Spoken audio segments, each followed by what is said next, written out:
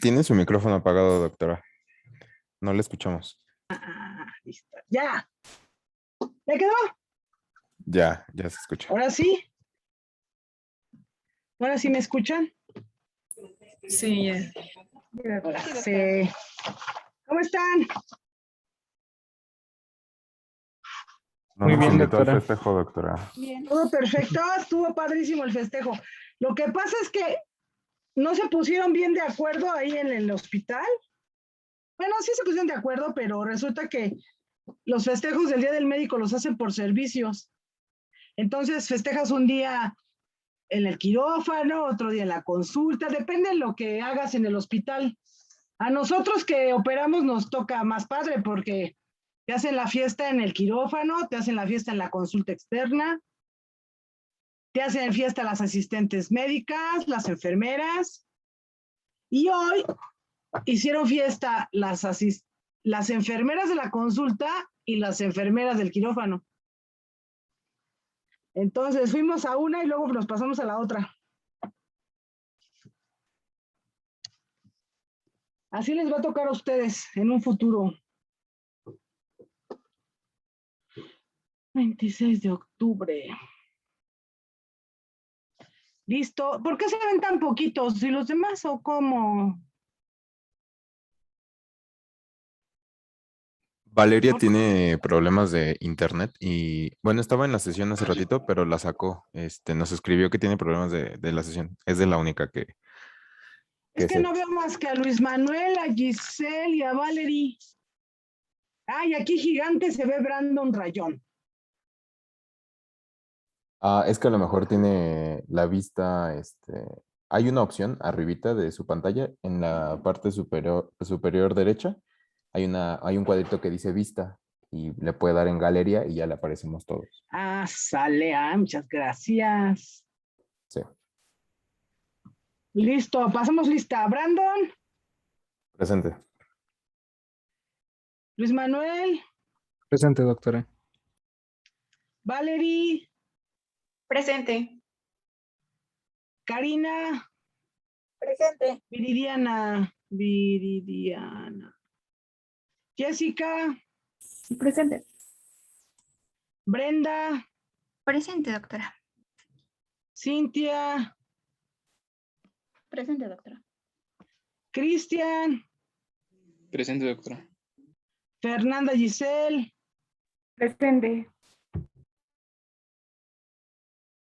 Gaby, Presente, doctora. Alan, Presente, doctora. Alexa, Presente, doctora. Fernando, Presente, doctora. y me falta, ¿quién? Valeria dijo Rojo. que tenía problemas de conexión. Ah, Valeria, la voy a poner con. O sea, de plano no está, aunque no la veamos ni nada. No. Está intentando meterse, pero Está como que le intentando. está rebotando la red, no la deja accesar. Qué mal. Bueno, entonces quedamos que del tema pasado ya todo perfecto. ¿Qué dicen? ¿Y qué vimos la vez pasada? Sí, fue lo de contracción muscular. Exacto. No me he puesto a revisar con detalle todas las tareas, pero sí me las mandaron al chat, ¿verdad? Sí, todos. Sí, doctora.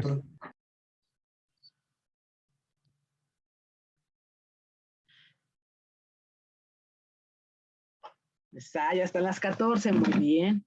Listo, entonces dejen ver, les comparto lo que estábamos viendo la vez pasada. A ver, esto es.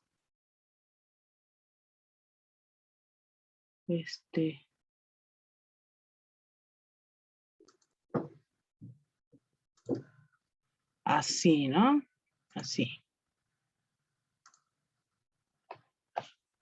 Nos habíamos quedado, lo previo a la contracción muscular fue lo de hombro, ¿verdad? O bueno, sí, hoy nos quedamos. ¿Sí o no? Sí. Sí. Sí. Bueno, entonces ya sabiendo más bien la anatomía del hombro, pues entonces ya es más fácil esto. Si es que todavía se acuerdan. ¿No? Creo que nos quedamos aquí o nos quedamos. No, sí, a eso sí lo vimos. Compresión de salida torácica, más bien síndrome de salida torácica, sí lo vimos. ¿Sí? Sí. Sí. Vale. Entonces, el síndrome del angular del omóplato tiene que ver con puntos dolorosos, específicamente en zonas musculares y por donde pasan raíces nerviosas. En específico, este dolor angular del omóplato se presenta en pacientes que hacen actividad, más bien que su actividad laboral casi son patologías por actitudes viciosas. Y eso significa actitudes que te exige el trabajo mantener por mucho tiempo en la jornada laboral y por mucho tiempo en el tiempo de tu actividad laboral. Entonces, por ejemplo, la gente que se dedica a la costura, la gente que se dedica a hacer trabajos manuales en cuanto a manufactura, y eso provoca que se la pasen mucho tiempo sentados o sentadas y les genera una contractura de la musculatura justamente en esta zona del angular del omóplato. Acuérdense que baja aquí, gira, se inserta en el ala de la. Ustedes ya se lo saben porque ¿qué músculo es este? Y luego viene aquí hasta acá. El trapecio. Entonces, por debajo del trapecio se encuentra el angular del omóplato. Entonces, son puntos exquisitos de dolor, generalmente atribuibles a posiciones de estar sentado mucho tiempo, la gente que le toca ser capturista y que todavía capturan por mucho tiempo en la jornada laboral, completamente tus 8 horas se la pasan capturando datos, ¿sí? O la gente que todavía hace costura, la gente que hace, todavía hay muchas actividades, por ejemplo, el que se hagan llaves para abrir y cerrar puertas. Las llaves que usamos para las cerraduras, todavía hay lugares en donde se hacen de forma manual. El que hagan embolsar productos, todavía se hace de forma manual. Entonces eso obliga a la posición y a la contractura, acuérdense, no la contracción, a la contractura de la musculatura que genera dolor. ¿Y por qué genera dolor? Porque un músculo contracturado pierde oxigenación y eso le genera un problema de isquemia, y a la larga esa isquemia genera fibrosis.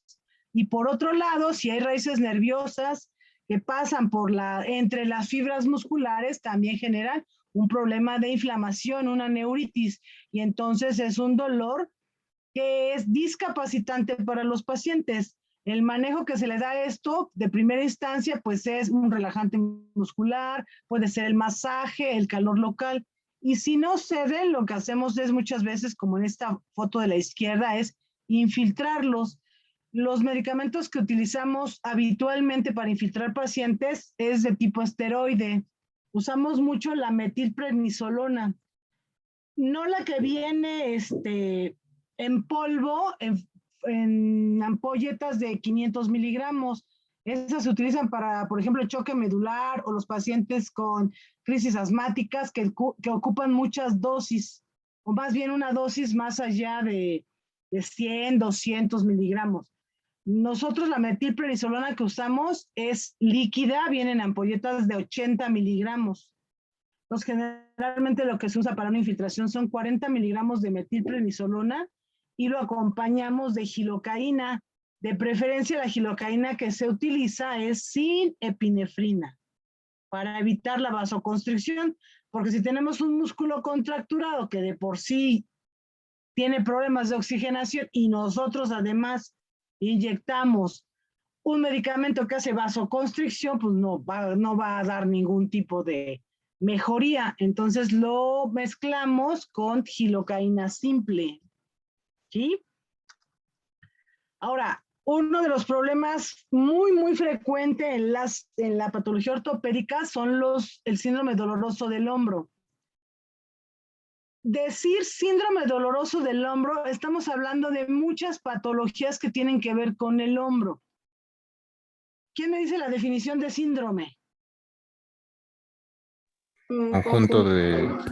síntomas Ajá, ¿qué más? característicos o propios de una enfermedad. Pero no exclusivos de una enfermedad. Entonces, al hablar yo de síndrome, me estoy refiriendo a dolor, limitación funcional, quizás hipotrofia muscular o aumento de volumen por edema, cambios de coloración, ¿sí? Limitación en ciertos movimientos del hombro, si duele o no en actividades específicas, si el dolor se calma con el reposo, si aumenta con el movimiento, si aumenta con qué movimientos se encuentran limitados o nulos, ¿sí? Eso sería lo que me constituye un síndrome, pero no me está hablando de una patología específica. Entonces, ciertos síntomas y ciertos signos nos van a guiar a patologías específicas, porque el tratamiento pues va a ser diferente de un padecimiento a otro. El decir síndrome doloroso del hombro pues no me habla específicamente de nada. Si ustedes le ponen a un paciente un diagnóstico clínico de síndrome doloroso del hombro, pues quedamos exactamente como al principio. Lo único específico aquí es el hombro. Y ya vimos, ustedes ya hablaron de la anatomía del hombro y ya vieron todas las estructuras que involucra el hombro. Entonces, ¿qué le duele al paciente? ¿Qué lo limita? ¿Qué le vamos a hacer? ¿Sí? Entonces, están encerradas en este síndrome, pues varias patologías. Entonces, un hombro doloroso va a ser aquel que tenga dolor ¿en dónde?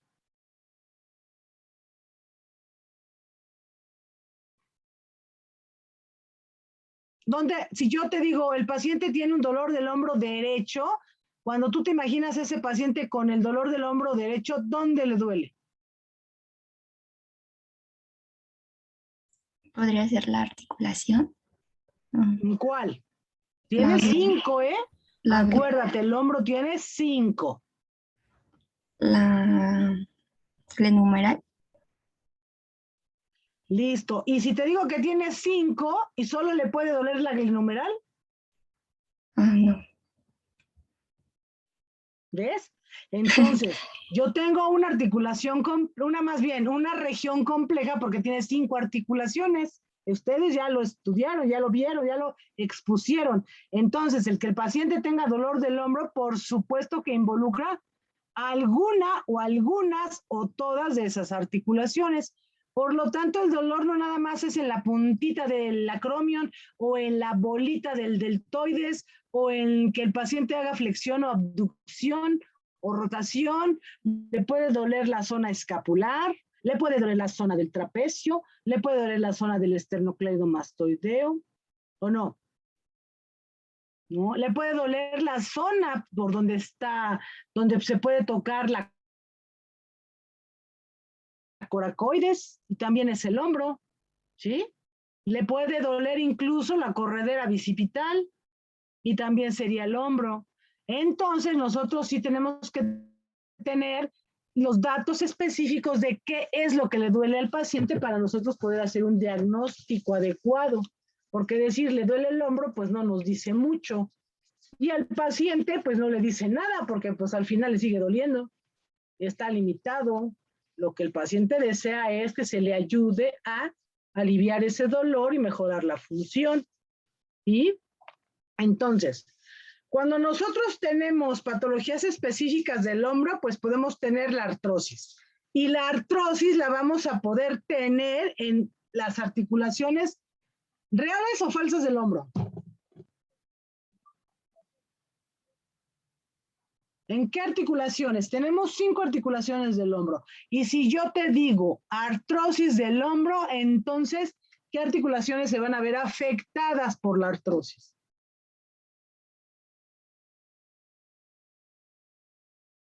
¿Cuáles? Sería la ¿Cuál? Las verdaderas. Claro, las verdaderas, porque son las únicas que tienen contacto, hueso con hueso. Las falsas no van a hacer artrosis, nunca. ¿Sí? Entonces, ¿podríamos tener una artrosis glenohumeral? Sí, Sí. ¿Podríamos tener una artrosis acromioclavicular? sí, Sí, ¿Podríamos tener una artrosis esternoclavicular? sí. sí, también. ¿Sí? El problema con la esternoclavicular es que es una articulación que es semimóvil, difícilmente te va a hacer artrosis porque ya no se mueve. En cuanto llegue el paciente a ser adulto, ya no se mueve, entonces difícilmente encontramos artrosis esternoclavicular. La artrosis que generalmente vemos y que genera dolor a los pacientes es la artrosis glenohumeral y la artrosis acromioclavicular. Y en esta, por ejemplo, en esta fotografía de la izquierda, tenemos, vean esa cabeza humeral que ha perdido su esfericidad y vean el espacio articular entre la cabeza humeral y la glenoides. No hay, está pegada. Y tenemos este margen blanco aquí y tenemos en la glenoides este margen blanco acá, que indica que cuando vemos márgenes blancos en los huesos, ¿qué es? No está ¿Mm? ¿Qué es?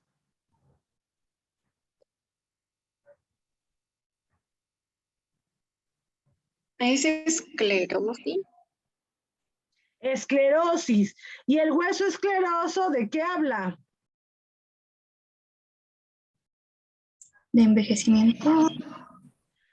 No directamente de envejecimiento, porque te puedo decir, por ejemplo, que un gimnasta de 19 años puede tener esclerosis en alguna región del cuerpo. ¿Y entonces qué significa? Entonces es cuando el hueso se somete a mucho esfuerzo. Exacto. Entonces, no necesariamente es un hueso envejecido o un paciente mayor, sino tiene que ver más con el uso que se le ha dado a ese hueso. Entonces, nosotros cuando tenemos en una articulación tenemos disminución del espacio, es un dato de artrosis. Eso es que los huesos que se unen o que forman la articulación han perdido distancia y entonces eso nos da una artrosis grado 1. Cuando nosotros tenemos una zona de esclerosis marginal se llama, porque al final están los márgenes. El hueso no se pone escleroso por acá, no se pone escleroso por aquí, se pone escleroso en el margen articular, en la zona que tiene roce con el vecino. Entonces, eso es una artrosis grado 2. Cuando nosotros además tenemos, como en la columna vimos, osteofitos, que son esas formaciones óseas que se dan generalmente por áreas de tracción en las articulaciones, esos osteofitos nos dan una artrosis grado 3. Y en articulaciones de carga o en articulaciones que no son de carga, pero que se han dañado mucho, el hueso termina rompiéndose. Y no se rompe como una fractura, sino más bien le pasa como a las calles, se les hacen agujeros. Y esos agujeros se llaman geodas. Cuando tenemos una articulación en donde se ven geodas, es una articulación que tiene una artrosis grado 4. Entonces, nosotros clasificamos así las artrosis de acuerdo a los hallazgos que vamos teniendo en unas radiografías simples. Entonces, siguiendo esa clasificación, nosotros aquí en este hombro tenemos disminución de espacio, ¿sí o no? Aquí, de esta distancia acá, está pegado casi, ya no hay espacio, ¿cierto?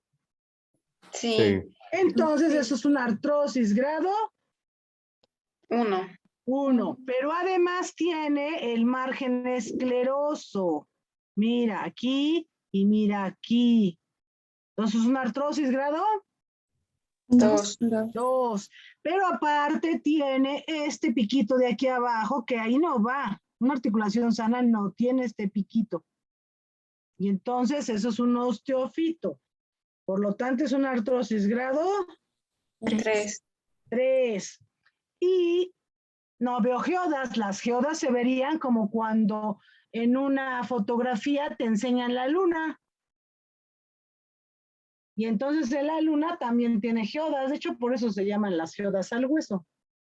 Entonces, generalmente se ven muy similares. Se ven zonas un poco más oscuras. Se los voy a enseñar en una radiografía, pero se ven zonas más oscuras que lo que es blanco en una radiografía. Lo blanco es un tejido denso, es hueso. Y obviamente un agujero pues va a ser menos denso, por eso se ve oscuro. Se ve gris o incluso hasta negro. Y eso nos hablaría de una artrosis grado.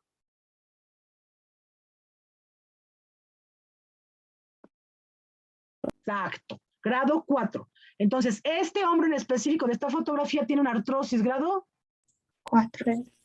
3. grado 3, y entonces nos habla de una artrosis severa. ¿Sí?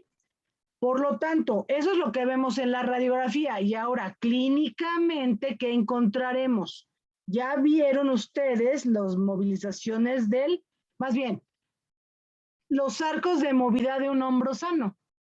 ¿Qué pasa con este hombro en cuanto a la movilidad?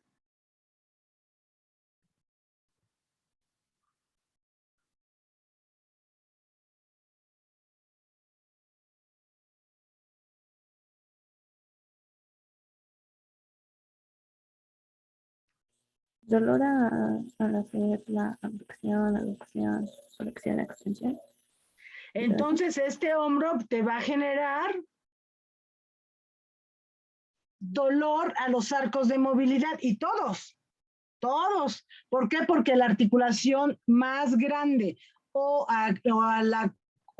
la cual es responsable de los movimientos completos del hombro, pues es la articulación glenohumeral. Entonces, este hombro, por supuesto que está limitado para la flexión, para la abducción, para la rotación, ya sea interna o externa, ¿sí? Entonces, tenemos un hombro muy limitado por un proceso degenerativo.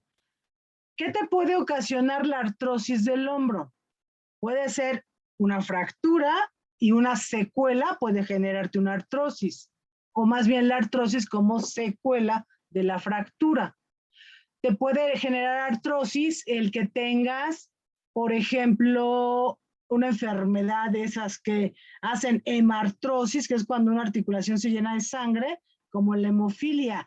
Hay muchísimos pacientes en la población con hemofilia y esos pacientes sangran y en esos sangrados hay hemartrosis y ese es el resultado de una hemartrosis que sangra hoy, deja de sangrar, te sangra en un mes, te sangra en 3 semanas, te sangra en 6 meses, pero toda la vida van a tener ese problema. Entonces te puede generar una artrosis. O alguna actividad física repetitiva y por muchos años también te puede generar un problema de artrosis, ¿sí? Y como tal, el término artrosis pues habla de un proceso degenerativo de una articulación. En caso del hombro pues sería esta, ¿sí? Ahora, nosotros cuando queremos hacer diagnósticos diferenciales, si nosotros tenemos un paciente con limitación de los arcos de la movilidad del hombro, lo más o a lo que achacamos esta asintomatología es a la articulación glenohumeral. Pero también existe problema con la articulación acromioclavicular. También hay artrosis. La artrosis clínicamente de esa región pues se va a manifestar como un dolor en la zona acromioclavicular. Los pacientes tienen dolor justamente en la articulación. Ahí les duele. No tienen tanta limitación en la movilidad glenohumeral, pero tienen dolor al realizar los movimientos por artrosis en esta articulación. Es una articulación, acuérdense, ¿es sinovial o no es sinovial? La glenohumeral. Sí lo es.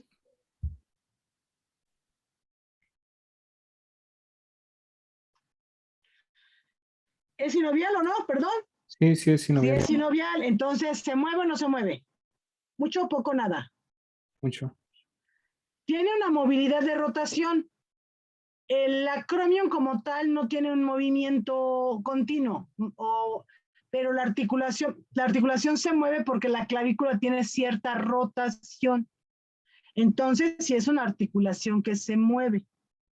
Cuando hay algún proceso degenerativo, que es muy frecuente encontrarlo en pacientes que realizan mucha actividad con los hombros, los cargadores, los que se suben los garrafones en el hombro, o las cajas de refresco, o las cajas de lo que quieran, que las recargan en el hombro para poder subirlas en el camión, o bajarlas del camión, o subirla a pisos a los compradores. Esos pacientes presentan o pueden presentar problemas de la articulación acromioclavicular, y lo que van a tener es dolor en la zona. Pueden no tener limitación funcional del hombro, pero sí tienen dolor, y el dolor ellos lo tienen clínicamente en esta zona. Uno les toca la articulación así con un dedo, le tocas la articulación acromioclavicular y despierta dolor, ¿sí? Eso en caso de esa articulación. Ahora, nosotros, para poder diferenciar entre un problema óseo y un problema tendinoso, ¿cómo le podríamos hacer?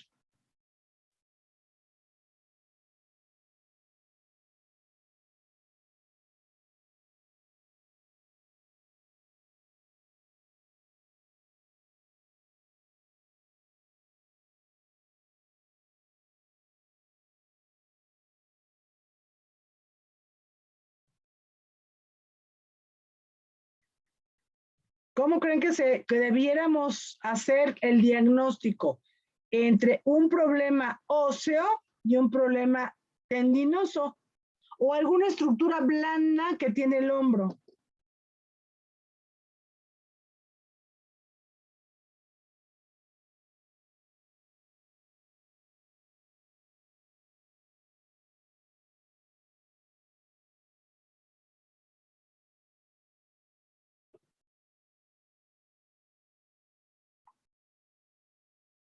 Con una tomografía.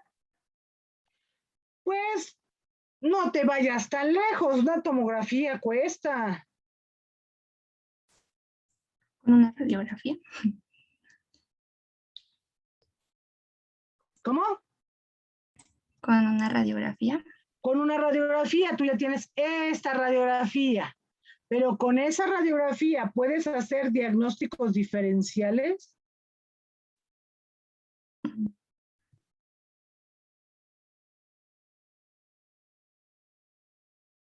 Para ver si, para ver si es problema sí o sí, ¿no? Y para si es tendinoso podría ser con la exploración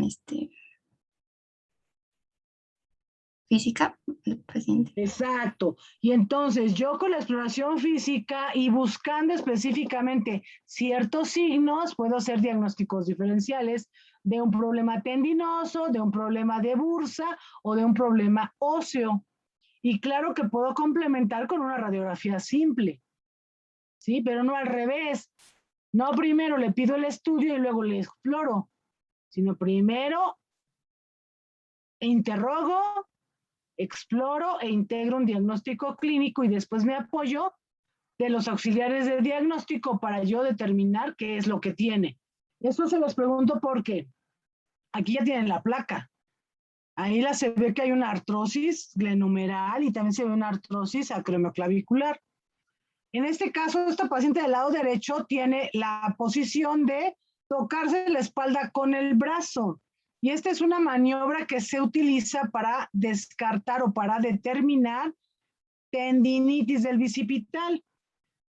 ¿De cuál cabeza creen? ¿De la larga o de la corta?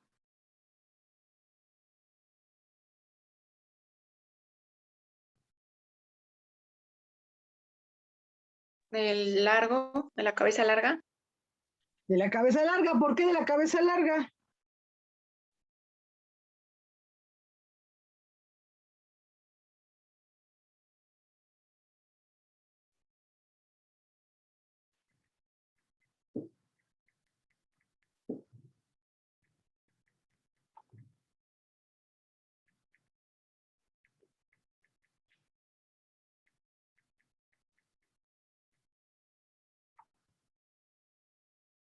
A ver, porque acuérdense ustedes ya.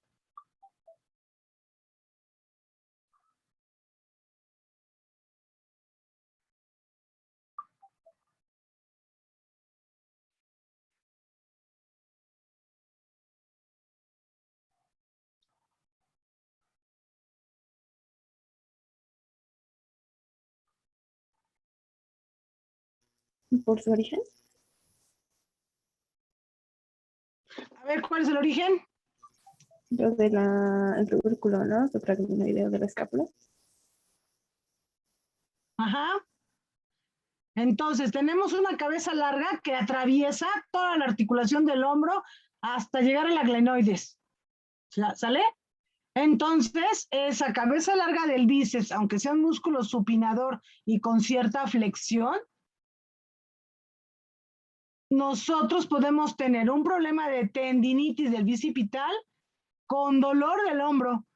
¿Por qué? Porque la cabeza se inserta hasta allá arriba y nosotros para determinar o para hacer diferenciación entre un problema propio del hombro y un problema del tendón del bíceps, es con esta maniobra. Se le pide al paciente que suba el brazo y coloque la mano detrás de la cabeza.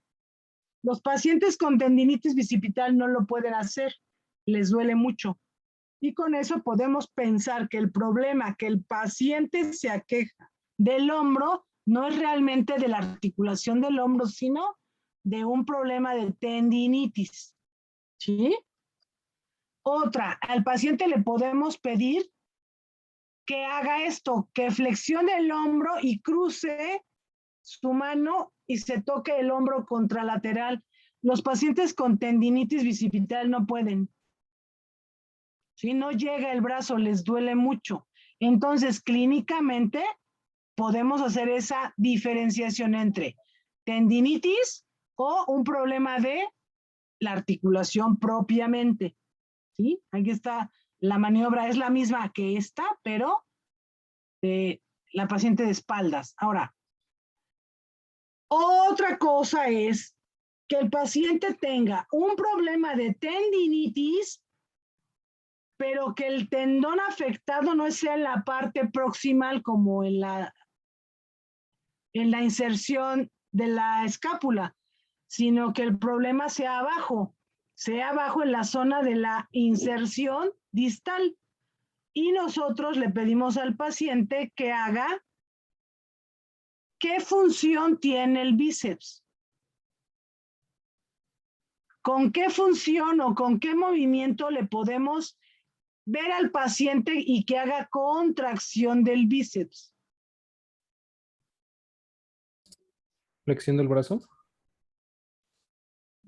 Flexión del brazo, más bien del antebrazo. Del antebrazo, ¿no? O Sí, también porque que supinación. que haga flexión del codo, más bien, ¿no? ¿Y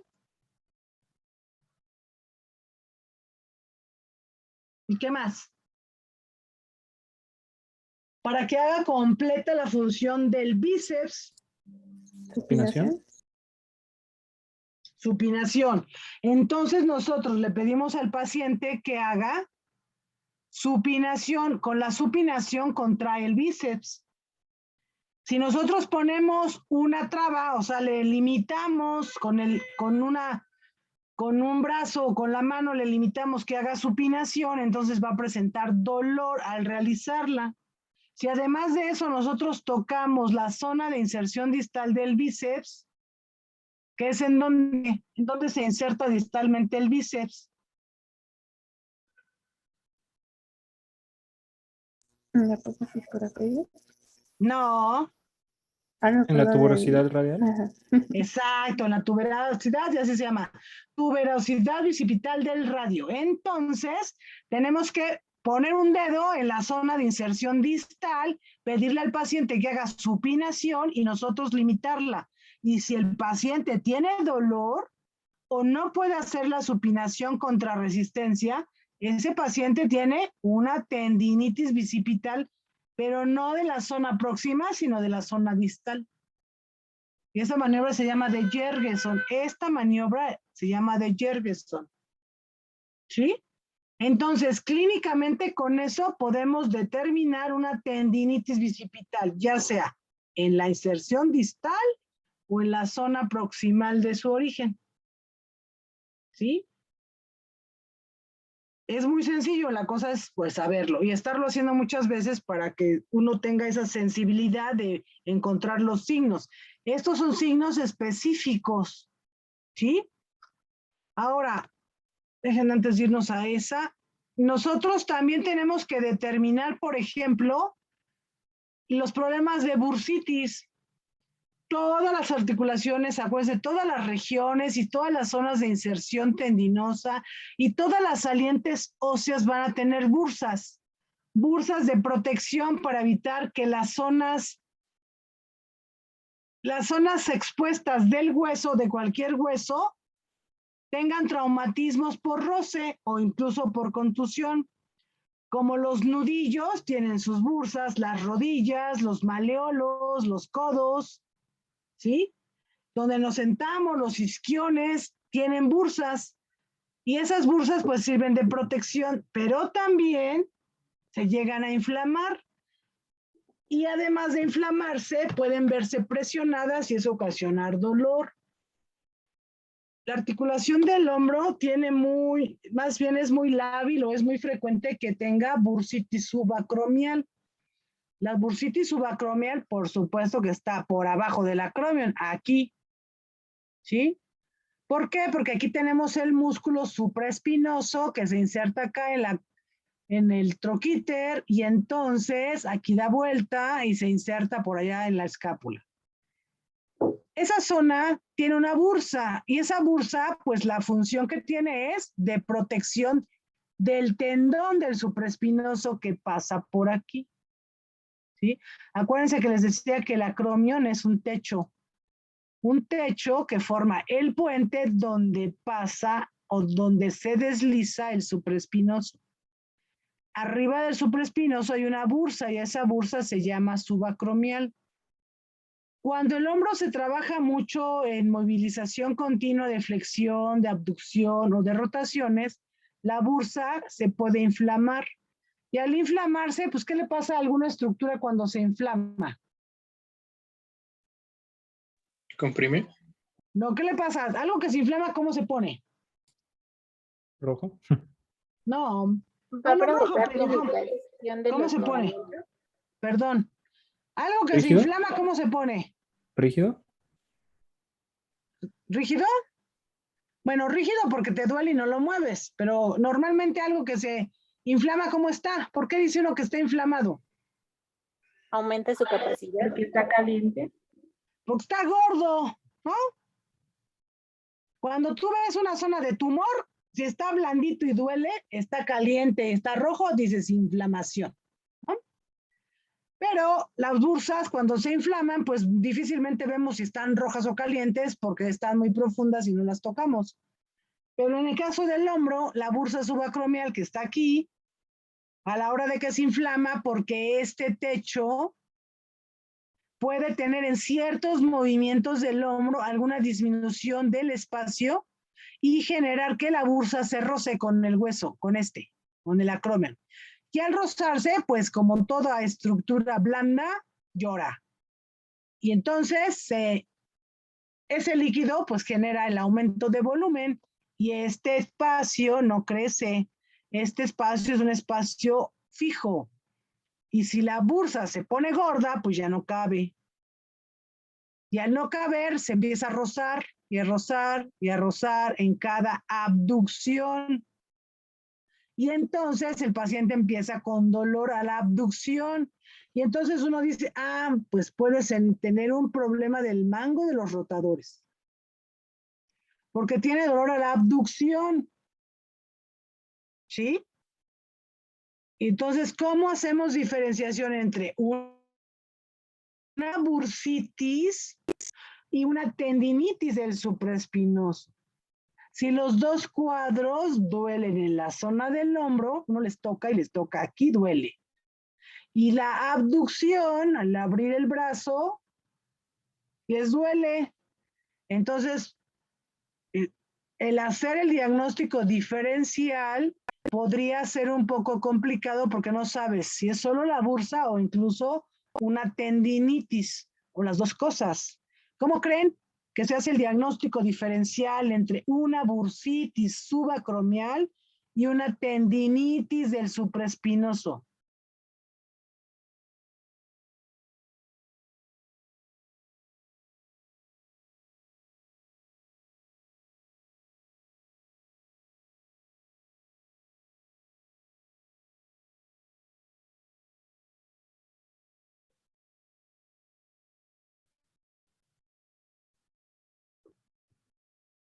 ¿Cómo creen?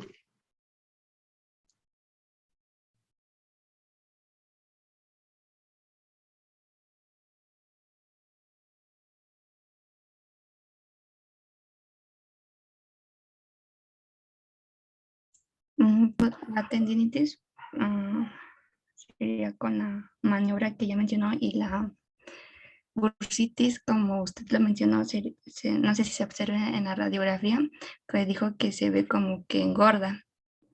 Pero en una radiografía, ¿vas a ver la bursa? No.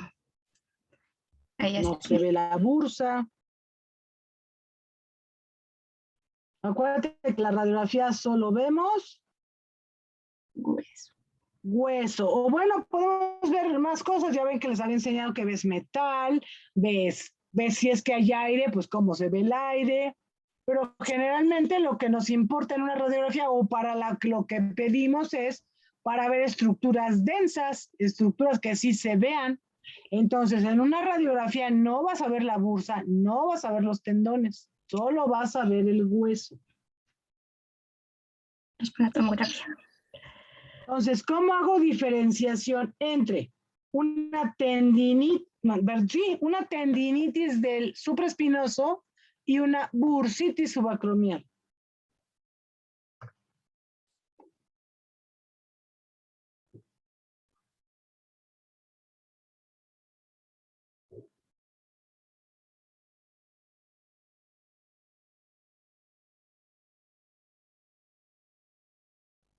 Acuérdense de la anatomía, ya les dije.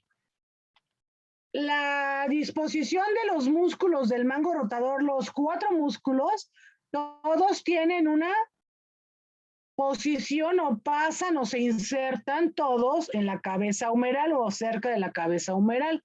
Troquíter o troquín, todos. Acuérdense que damos que son músculos rotadores y son músculos coaptadores del hombro.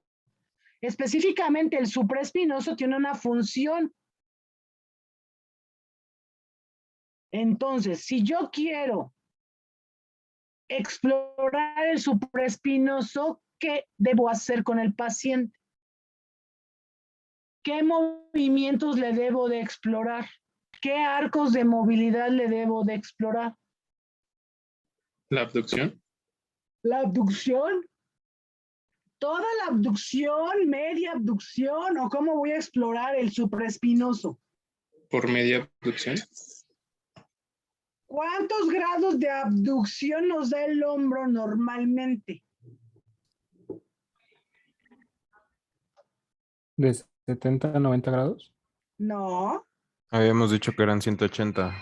exacto, de 0 hasta 180. Entonces, ¿en qué momento yo puedo decir, esta abducción tiene que ver con el supraespinoso?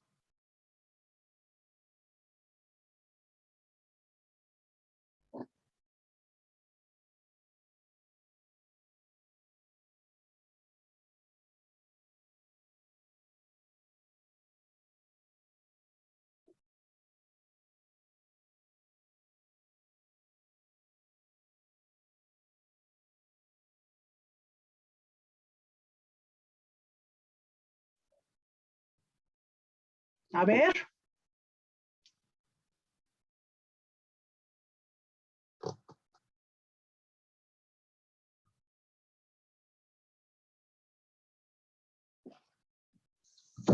Porque acuérdense que otro músculo les dije, o más bien ustedes vieron el día que expusieron, que también tiene que ver con la abducción. El deltoide. Exacto. Entonces, yo entro en la exploración del hombro ¿En qué momento sé que está trabajando el deltoides y en qué momento sé que está trabajando el supraespinoso? Porque necesito hacer la diferencia para saber si alguno de los dos está enfermo.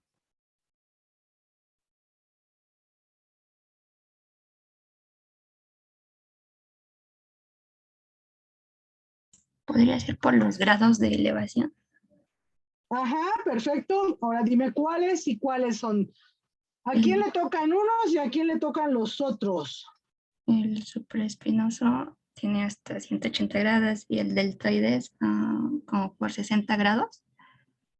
Entonces, de los 0 a los 60 le toca el deltoides. Y de los 61 a los 180 al supraespinoso.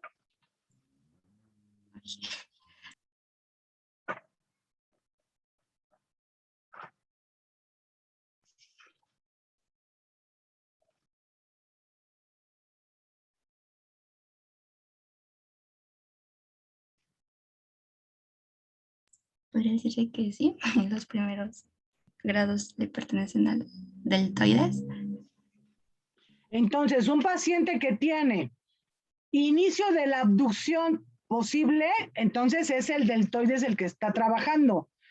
Sí es verdad que llega más o menos a los 60 grados y una vez que llega a los 60 y quieres hacer más abducción hasta arriba, hasta completar tus 180 o por lo menos 120 porque tiene que ver también la elasticidad de los ligamentos y el largo de los músculos para ver si el paciente llega a los 180.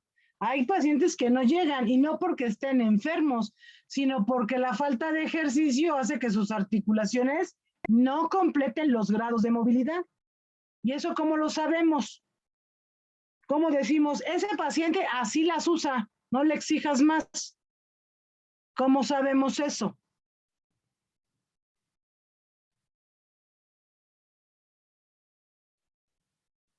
La historia clínica. No, si yo quiero saber, o sea, ustedes me están diciendo, la abducción del hombro sano es de 0 a 180 grados, y tienes razón.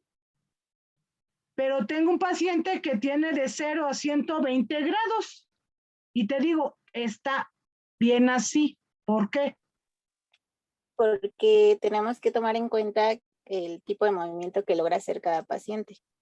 Ajá, y cómo sé que ese en especial, ese paciente, 120 son normales para él. Lo comparas con la otra extremidad.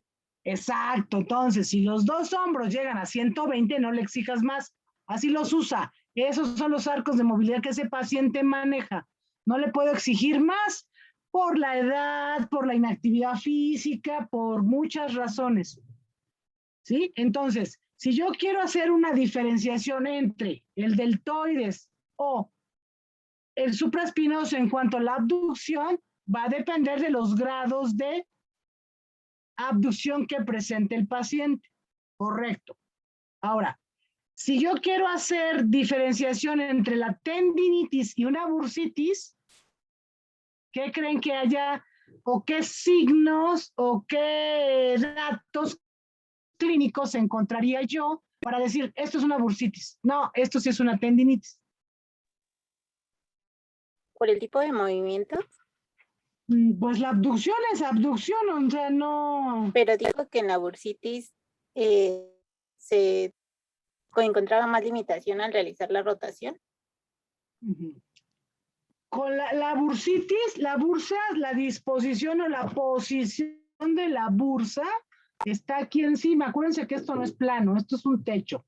Es un techo, no es nada más que veas el hueso así, sino tridimensionalmente, si estuvieras tú microscópico y te asomas, es un techo, es un puente, es ancho.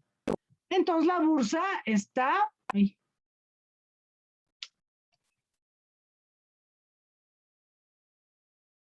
Está aquí. ¿Sí?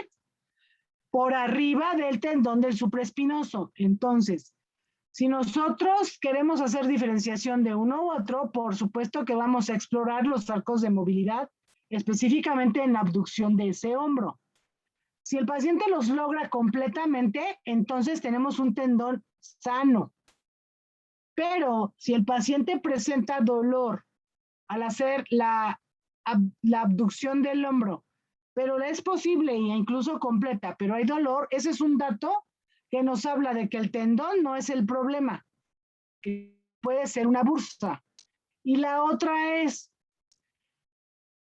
si yo les digo que esto es un puente y yo quiero tocar, no directamente porque tendría que abrir la piel, y yo quiero tocar la zona o las estructuras que están aquí, mi dedo no alcanza a meterse acá porque estorba la piel y la grasa, todo. Pero entonces yo le pido al paciente que haga extensión del brazo. El paciente hace su brazo hacia atrás y lo que es esto una esfera, pues la rota hacia mí, ¿cierto o no? Si yo me pongo enfrente del paciente y el paciente hace el brazo hacia atrás, esta cabeza se asoma hacia acá, hacia mí, que estoy enfrente. Y en ese momento yo puedo tocar la zona de la cabeza o presionarla y lo que voy a tocar sí va a ser la bursa, porque la bursa está por debajo del puente, pero cuando el paciente rota el hombro o rota, sí, el húmero me enseña la zona que está por debajo del puente y al hacer eso yo puedo tocar la bursa y si hay dolor en esa zona, pero en esa posición, si hay dolor en esa zona, entonces eso me habla de que el problema es una bursitis subacromial y no tanto una tendinitis. ¿Sí? Y con eso podemos hacer diagnósticos diferenciales porque las bursitis causan mucha limitación funcional en el hombro, pero también el manejo es muy sencillo, porque una bursitis la desinflamas con un medicamento antiinflamatorio, la podemos infiltrar o le podemos dar ejercicios de rehabilitación con la intención de que la bursa se desinflame. ¿Y cómo creen que se desinflama la bursa? Que está aquí. Aquí vive, pero quiero que desinflame. Acuérdense que les decía, si se llega a inflamar se pone gorda y entonces se roza aquí con el acromion, porque este espacio no crece. Entonces, si las estructuras blandas aumentan de tamaño, pues empiezan a estorbar. ¿Cómo creen que se le hace para que la bursa deje de rozarse?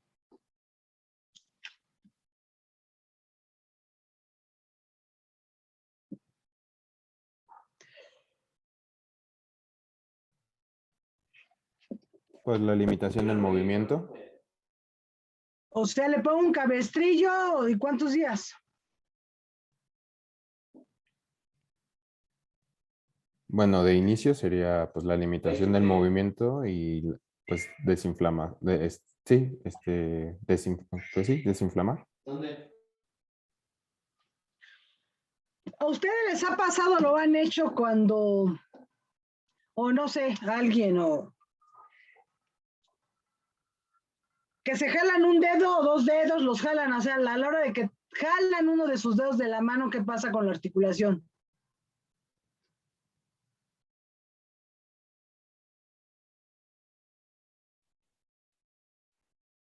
¿Se pone rígido? No, o sea, a ver, tómense de una, con una mano o algún dedo de la otra mano y jálele. ¿Te duele? No, no te duele, tampoco le jales muy duro. ¿Qué le pasa a la articulación metacarpofalángica?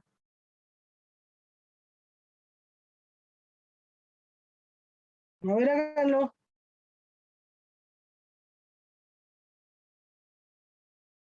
¿Qué pasa? Pues sí hay una separación. Exacto, si tú te asomas y la jalas y lo ves, se ve que se hunde. El nudillito se te hunde. ¿Ya se fijaron? Sí. Sí. Pues eso es darle espacio a la articulación, ¿o no? Si tú lo jalas, aumentas el espacio articular. Ahora, ¿cómo le haces en el hombro para aumentar el espacio articular? Este espacio lo quiero aumentar. ¿Cómo le hago?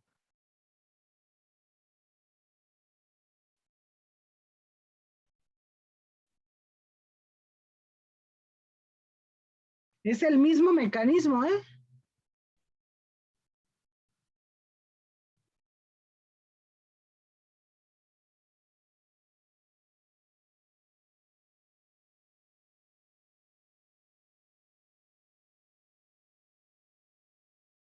A ver, chicos, no se me duerman.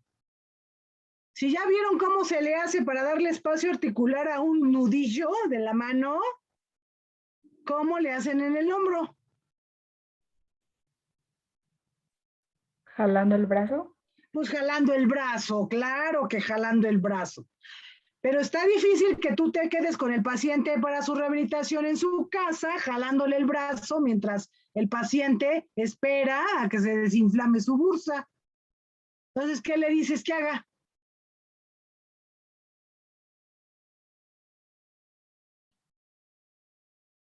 Ejercicios. En su casa. ¿Cómo? Yo quiero que este espacio de aquí aumente. Entonces le tendría que jalar el brazo hacia abajo, ¿no? Lo tracciono así, ¿cierto? Si yo quiero que este espacio aumente, no le voy a levantar el acromion. Me cuesta más trabajo. Mejor el hombro, el brazo lo jalo hacia abajo. ¿Sí? ¿Sí o no? Sí. Lo jalo. ¿Cómo le hago para que se jale solo? O solo el paciente lo logre. Con algún Si peso. ¿Eh? Con algún peso que no sea muy fuerte, o sea, una pesa. Exacto, con un peso. Entonces, ya sea que le diga al paciente, toma con la mano una mancuerna y baja el brazo. Con eso, el espacio aumenta aquí. Tan solo con que el paciente agarre una mancuerna y la baje. O si quiere, ni siquiera una mancuerna, que agarre el galón de leche, el galón de agua, algo que tenga asa y que sea fácil. Y con tan solo relajar el brazo y dejar que cuelgue, con eso es suficiente para que se abra el espacio.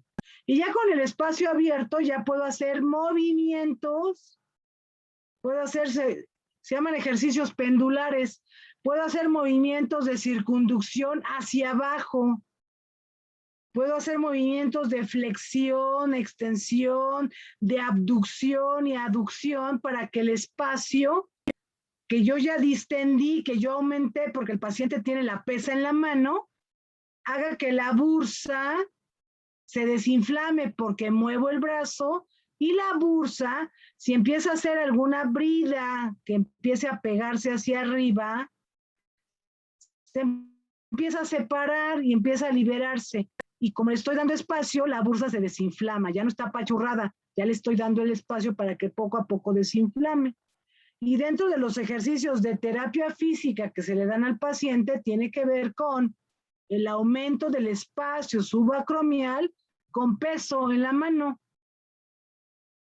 Ejercicios pendulares con la intención de mejorar la inflamación de la bursa, porque vimos que en este caso, el que el paciente tenga limitación funcional no tiene que ver con la función del supraespinoso, porque ya vimos que clínicamente funciona. El problema es la bursa. ¿Sí? Ahora, en caso de que el problema sí sea el supraespinoso, ¿qué va a pasar clínicamente?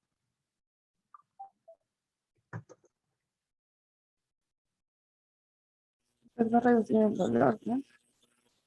¿Qué pasa clínicamente? Ya no va a doler, va a reducir el dolor. ¿Ya no qué? Ya va a reducir el dolor. No, en caso de que el problema sí sea una tendinitis, clínicamente, ¿qué tengo? Limitación en los arcos de movilidad, ¿Cuáles? pues abducción, aducción, todos. No, ¿por qué todos? No, ya me perdí. ¿Por qué todos? Si estamos hablando de que en esta zona tenemos al supraespinoso. ¿Por qué voy a tener problema con todos los arcos si estoy pensando en que, a ver, que sea el supraespinoso? ¿Qué? Volviendo, ajá, ¿cuál es? Exacto. Entonces, si yo tengo una bursitis ya vi cómo la resuelvo y clínicamente cómo es. Pero si no es solo la bursitis, si también tengo una tendinitis o incluso hasta una ruptura del tendón del supraespinoso, entonces lo limitado clínicamente o la sintomatología o los signos que voy a encontrar en ese hombro son imposibilidad de completar los arcos de movilidad de abducción. Sí voy a tener extensión y flexión, porque no tengo más daño que en el supraespinoso. ¿Sí? ¿Y el paciente puede hacer abducción a 15 grados? Pues sí, porque el deltoides no se rompió. ¿Puede hacer abducción a 30? Pues sí, porque sigue siendo el deltoides. Pero ya después de los 60 grados el paciente ya no sube el brazo.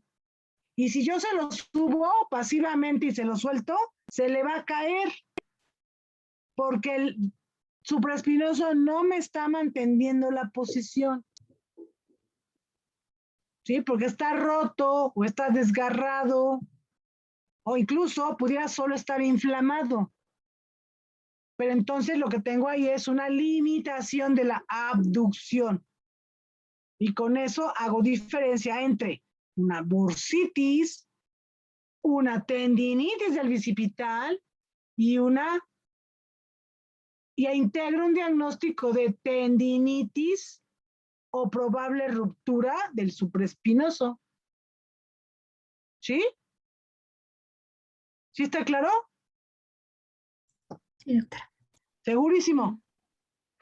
Bueno, ya son 9 y fracción, se van a su clase, 9:10. ¿Su clase está de opcional, optativa o cómo es la cosa? Es la optativa. ¿Sí? Bueno. Sale pues, entonces, estúdiense esto de tarea. Ahorita pongo en la lista las tareas, ya las tengo todas, ahorita las paso a la lista y el viernes seguimos con, ya vimos esto, ya lo que nos falta nada más es todo lo que es la mano, codo y mano. ¿Listo? Y empezamos con, pues ya nos toca, ya vimos columna, ya vimos, nos falta cadera, rodilla y pie tobillo. Ya me lo acabamos. Todo pues chicos, pórtense bien. Gracias. Doctora, Dime.